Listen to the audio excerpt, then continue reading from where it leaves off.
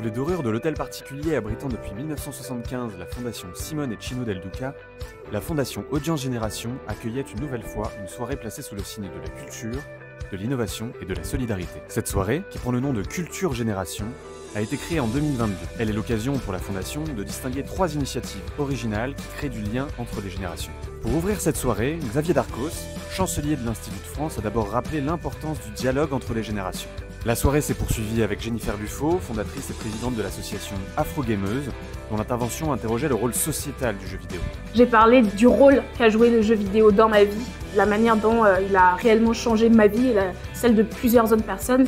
Et s'il fallait retenir quelque chose de ce que je disais ce soir, c'est juste de se rappeler du rôle que joue ce médium pour changer le monde. Je pense vraiment que c'est un médium qui a la responsabilité de nous représenter de manière authentique. Par la suite, la discussion Regard croisé, animée par la directrice de Fontaine aux Livres Gaëlle Boé, a permis de questionner l'éditeur David Meulemans et la créatrice de contenu Maïté Defise autour d'une thématique essentielle: comment rendre la littérature accessible à tous. C'est très intéressant de faire rentrer dans la chaîne du livre des acteurs qui n'y étaient pas jusqu'à présent, notamment les influenceurs et influenceuses, qui ont souvent été traités un peu avec mépris, alors que finalement ce sont des gens qui viennent faire un travail très important. Maïté Defise, qui était présente aux côtés de David Meulemans, a vraiment pu montrer que par les réseaux sociaux, par le numérique, finalement, on avait la chance de pouvoir faire rentrer de nouveaux publics comme lecteurs. Alors j'ai trouvé cet entretien passionnant parce qu'une grande réflexion de l'édition, c'est comment on trouve des lecteurs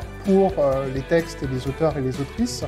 Et c'est vrai qu'une évolution récente qui est quand même fascinante, c'est qu'auparavant, la chaîne du livre était relativement longue pour faire arriver l'information sur un livre à des lecteurs et des lectrices. Et maintenant, on a des moyens merveilleux pour qu'en fait la sincérité de l'auteur ou de l'autrice arrive au lecteur. En fait, la technologie, au lieu de rendre les choses plus complexes, les rend de plus en plus simples. Avant cette discussion, nous avons recueilli les propos et les attentes de Maïté Defise, connue sous le pseudonyme de Mademoiselle Lee. J'attends de ce débat un moment d'échange et de partage avec un autre intervenant qui est libraire et qui, lui, est dans le milieu du livre. Moi, je suis en direct avec des lecteurs au quotidien sur les réseaux, donc j'attends d'apprendre peut-être de son expérience et de partager la mienne pour voir ce que ça peut générer comme débat.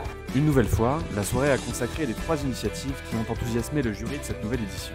C'est une très grande reconnaissance pour le travail effectué depuis maintenant plus de 3 ans sur le projet entre la DRC et Images en Bibliothèque, où on a travaillé en concert sur ce projet-là. Ce prix-là, qui est une reconnaissance, nous permet de nous encourager encore plus pour essayer d'innover, d'essayer de nouveaux dispositifs, des ateliers, des rencontres en cinéma et en bibliothèque, qui est le cœur de notre projet. Enfin, les porteurs du projet Onio ont proposé aux participants une expérience immersive et sans écran.